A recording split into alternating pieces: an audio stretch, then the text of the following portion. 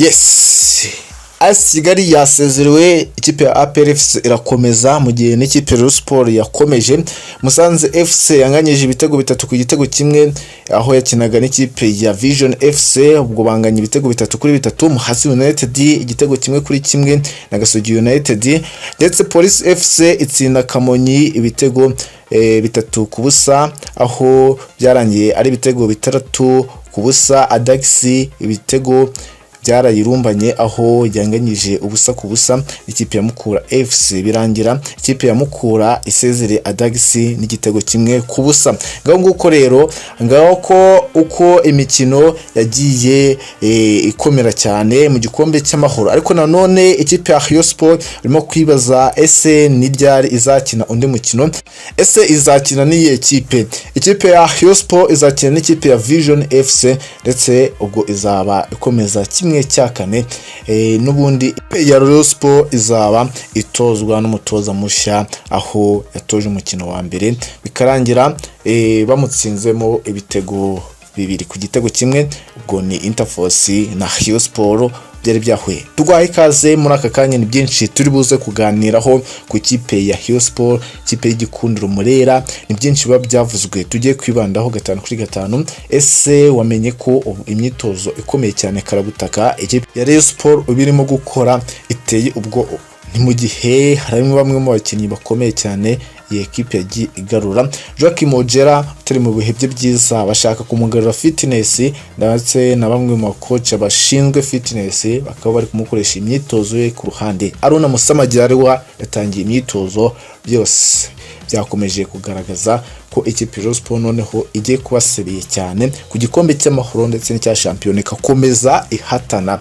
Ni byinshi byakomeje kuganirwaho, aho nyakubahwa Perezida wa Repubulika ingingo ikomeye cyane turi buze kuganiraho yavuze uko atakunze kwitabira imwe mu mikino ikinirwa hano mu Rwanda ya shapiona, ndetse n'ariya makipe akomeye cyane nka Rayon Sport ndetse n'ikipe ya APR FC yagakwiye kuba aza nko kureba imwe muri match nibura rimwe mu mwaka, ariko bikaba bitarabayeho.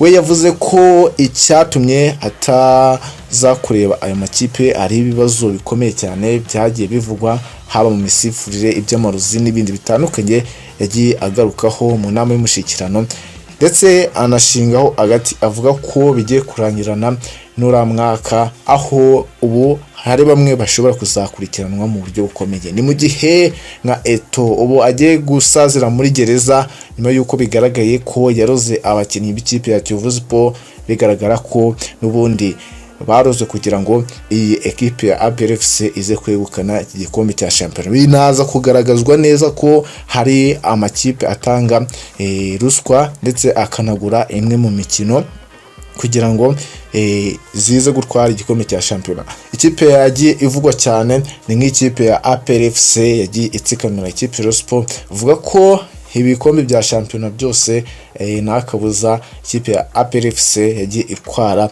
Hari byinshi byagiye bibamo amahurwe, mwese murabizi, hari ibyo byagiye bitumvikanwaho na bamwe mu basifuzi, ndetse ikipe ya Sport ni ikipe ya mbere yakomeje kugaragara ko yibwa cyane mu buryo bukomeye haba mu bijyanye n'imisifurire.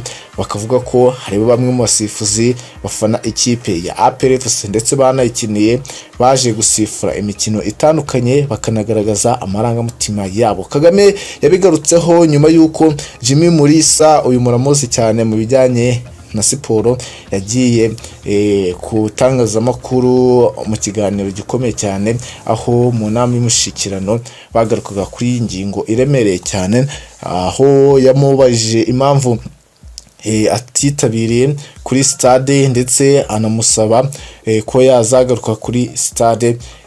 Ubwo nyakubahwa Paul Kagame yakomeje avuga ko bigoranye cyane kuba wakwitabira n'ibyo bintu biba biri kuvugwa muri rusange. Ubwo reka tubyitege, ese ni iki kizahinduka? Ese ko harimo kuvugwa amakuru akomeye cyane ko n'ubundi amafaranga yatangwaga na Ferwafa ashobora kongererwa? Ese ikipe ya Rayon Sport yakomeje kugaragaza ko ifite ibibazo bya mikoro, yabigiye kubona amahirwe kugira ngo ikomeze ihatane? Ese ikipe ya Rayon Sport ni iki irusha andi makipe ko itunzwe n'abafana gusa ariko ikajya ivugwa cyane? Ese ikipe ya Rayon Sport n'ubundi ko isa nkaho iri kugenda igaruka mu buryo bw'imiyoborere buteye imbere, ndetse unagaragaza ko iyi ekipe mu minsi iri imbere ndetse mu myaka iri imbere azaba ari ekipe ikomeye cyane ku rwego rwo hejuru, mu gihe umusanzu abafana bayikunda cyane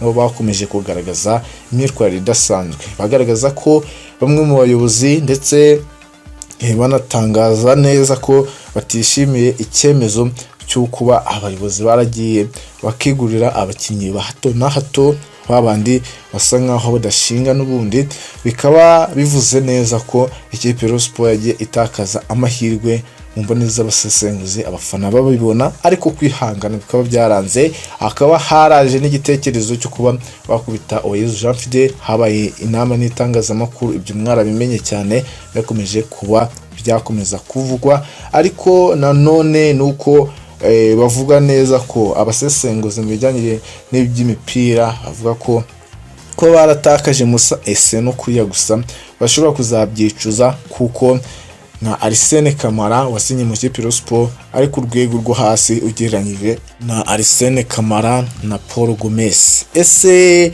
abareyo baba bagiye kwisubira ku cyemezo bafashe bavuga ko nga Musa Eseno atajya akinisha amaguru, Charles Bare we n'ibindi abareyo bakaba basabira abo bombi kari batatu ko bakirukanwa muri ekipe, nabo bashaka kubera ko n'ubundi nta musaruro barimo gutanga. Ese bagakwiye gutegereza nk'abafana bagategereza ko iyi ekipe ishobora kuzikorera kamobake nk'uko byakomeje kugenda bigarukwaho na bamwe mu masesenguzi mu bijyanye n'umupira w'amaguru. Reka tubitegereze kandi tukubwira ngo kandi subscribe.